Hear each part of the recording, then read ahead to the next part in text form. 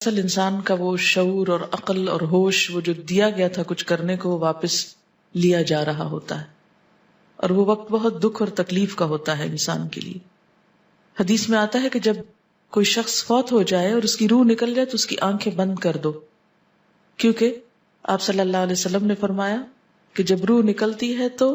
تبعہ البصر، نگاہ اس کا پیچھا کرتی ہے، یعنی جسم کے اندر روح کے نکلنے کے باوجود ایک احساس باقی ہوتا ہے، یعنی نگاہیں اپنی روح کو دیکھ پاتی ہیں جاتے ہوئے۔ تو آپ خود سوچیں کہ اگر کوئی بہت عزیز، قریب ترین، پیارا انسان، مثلاً آپ کے بچے یا کوئی بھی آپ کے والدین، جن سے انسان کا ایک خون کا رشتہ ہوتا ہے، ایک روح کا رشتہ ہوتا ہے، یا کوئی اور دوست جو بہت ہی عزیز ہو، جب وہ دور ہونے لگتا ہے تو کیا لگتا ہے؟ جیسے روح الگ ہو رہی۔ تو اس وقت انسان کے اوپر کتنا غم اور دکھ اور پریشانی ہوتی ہے۔ تو آپ خود سوچیں کہ جب ایکچوئل روح نکل جائے اس وقت غم کتنا ہوگا انسان کو۔ اور بعض جگہوں پر آتا ہے کہ روح اس بات کا مشاہدہ کرتی ہے کہ آس پاس کے لوگ جو ہیں وہ کیا کر رہے ہیں، کیا معاملہ کر رہے ہیں، اور لوگوں کے متضاد رویے مرنے والے کے بارے میں جب دوسروں کے سامنے ہوتے ہیں بعض اوقات روتے ہیں،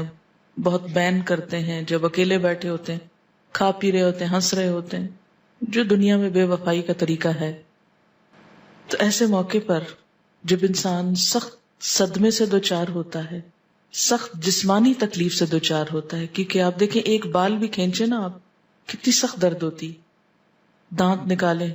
کتنا درد ہوتا ہے۔ تو کہاں یہ کہ سارے سکن سے اور سارے جسم سے روح الگ ہو رہی ہے،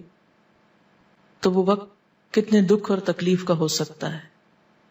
اور وہ وقت ہے بھی برحق۔ اس وقت کے لیے دعا مانگی گئی ہے جو عام طور پر نہ ہمیں یاد آتا ہے، حالانکہ یہ سب سے بڑی سچائی ہے، کچھ اور ہونا ہے ہماری زندگی میں کہ نہیں ہونا، لیکن یہ وقت ضرور آنا ہے، مگر ہمیں تو کبھی بھولے سے بھی خیال نہیں آیا کہ اس وقت کے لیے دعا بھی مانگ لیں کہ اس وقت کی مشکل آسان ہو جائے۔ اللہم اعنا علی غمرات الموت وسکرات الموت، اللہم اے اللہ، اعنا مدد فرمانا ہماری،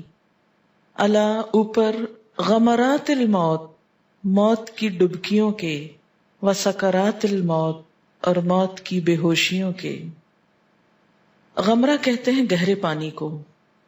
جان نکلنے کے وقت کی کیفیت کا ذکر ہے کہ جب جان نکلے گی تو یوں محسوس ہوگا جیسے کوئی شخص ڈوب رہا ہو اور اس کو سانس نہ آ رہا ہو، کیونکہ سانس رکتا ہے نا، سانس نکلتا ہے، سانس بہت مشکل سے آتا ہے۔ اگر کبھی کسی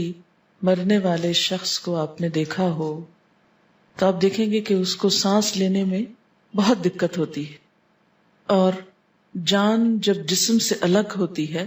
تو یہ ایک بہت تکلیف دہ مرحلہ ہوتا ہے۔ تو اس کو ایک طرح کی مثال سے سمجھایا گیا ہے کہ غمرات الموت، موت کی ڈبکیاں یا موت کی سختیاں مراد ہے۔ اگر کبھی آپ نے نہاتے وقت تیز دھار پانی اپنے منہ پہ کھول لیا ہو اور تھوڑی دیر کے لیے سانس رک جائے تو کیا کیفیت ہوتی؟ جسم کے آخری سرے تک انسان ہل جاتا ہے، گھبرا اٹھتا ہے، ایک دم ایک طرف کو نکال لیتا ہے کیونکہ سانس نہیں آ رہا۔ تو ایسی ہی کسی کیفیت سے اپنے آپ کو محسوس کروائیں اور اس منظر کو سامنے رکھ کے دعا مانگیں، کیونکہ اس وقت مانگ نہیں سکیں گے، اس وقت تو کلمہ نکالنا بھی منہ سے مشکل ہو جاتا ہے، کیونکہ دکھ، کرب اور تکلیف میں انسان کے لیے سب سے پہلے تو اس کی زبان ہی بند ہوتی ہے۔ اور سکرات الموت، سکرا ہوتا ہے بے ہوشی، سکران، سکارا، لا تقربوا الصلاة وانتم سکارا، نماز کے قریب نہ جاؤ جب تم بے ہوش ہو، نشے میں ہو۔ تو وہ بے ہوشی کیا ہے کہ انسان یعنی تھوڑی دیر کے لیے ہوش میں آتا ہے، پھر اس کا کانشس ختم ہونے لگتا ہے، اس کا احساس ختم ہونے لگتا ہے، یعنی یوں لگتا ہے کہ جیسے ختم ہو گیا، پھر وہ سانس لیتا ہے، پھر تو یہ جو لاشعوری کی کیفیت ہے، یہ بے ہوشی کی۔ آپ دیکھیں کہ بعض اوقات اگر کوئی شدید جھٹکا لگے، ایک دم چکر آ جاتا ہے انسان کو اور انسان لگتا ہے کہ جیسے بے ہوش ہو گیا، پھر آپ ہوش میں آتے ہیں۔ تو نبی صلی اللہ علیہ وسلم کی ذات کو اسی لیے رحمت للعالمین کہا گیا ہے. بالمؤمنین رؤوف الرحیم، اتنی شفقت اور مہربانی کہ جو ہمارے والدین بھی ہم سے نہ کریں، کہ ان تکلیفوں کا بھی احساس دلا دیا جو انسان تجربے سے جان ہی نہیں سکتا.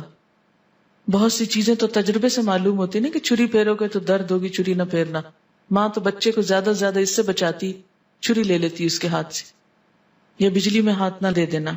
یا آگ کو پکڑ نہ لینا، چولہے کے قریب نہ آئے بچہ. لیکن نہ ماں نے خود ایکسپیرینس کیا، نہ اس کو پتا کہ موت کے وقت کیا ہوتا ہے.